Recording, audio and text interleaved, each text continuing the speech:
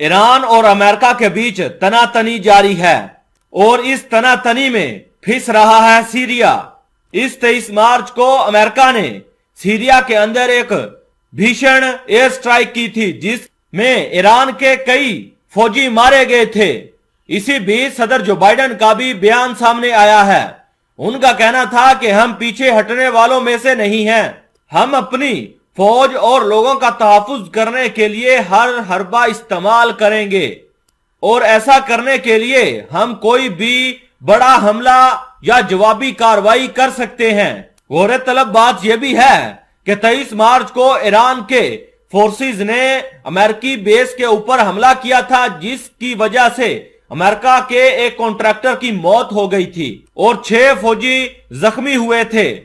America की खुफिया agency CIA का मानना है कि ये जो एक तरफा हम के ऊपर हमला हुआ था ये ईरान की ड्रोन की मदद से किया गया था।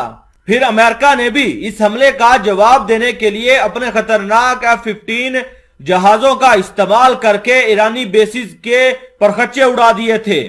इस एयर स्ट्राइक में फिर अमेरिका के 11 फौजी मारे गए थे। अमेरिका के डिफेंस सेक्रेटरी लॉयड ऑस्टिन का कहना है ये जो हमारी बेस के ऊपर हमला किया गया है दरअसल वो हमारे मुल्क के ऊपर ही एक किस्म का हमला किया गया है और ये जो हमने जवाबी हमला किया था वो जो बाइडेन के हुक्म पर हमने ईरानी फोर्सेस के ऊपर किया था और बताया गया कि हमने IRGC जो ईरान की है उसके ठिकानों के ऊपर और मिसाइल डिपो के ऊपर हमले किए थे।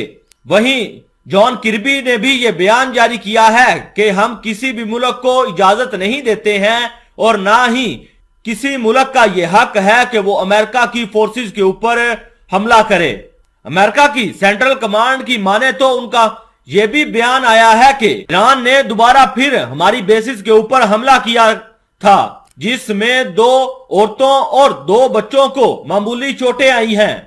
इसके अलावा ईरान ने 24 मार्च को अमेरिका की 2 और बेसिस के ऊपर मिसाइल बरसाए और इस हमले में ईरान ने अपने 3 सुसाइड ड्रोन का इस्तेमाल किया था। अमेरिका की सेंट्रल कमांड का कहना था कि हमने उन 3 ड्रोनों में से 2 ड्रोनों को हवा में ही तबाह कर दिया था लेकिन एक ड्रोन हमारी बेस के ऊपर पहुंच गया था जिसने वहां पर हमला कर दिया था जिसमें अमेरिका का एक फौजी जख्मी हुआ था और उसकी हालत तशवीशनाक है।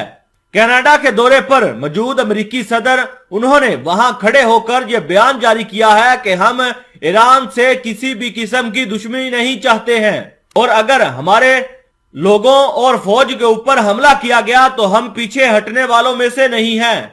हम उनकी हिफाजत करने के लिए किसी भी मुल्क के ऊपर कड़ी कार्रवाई कर सकते हैं।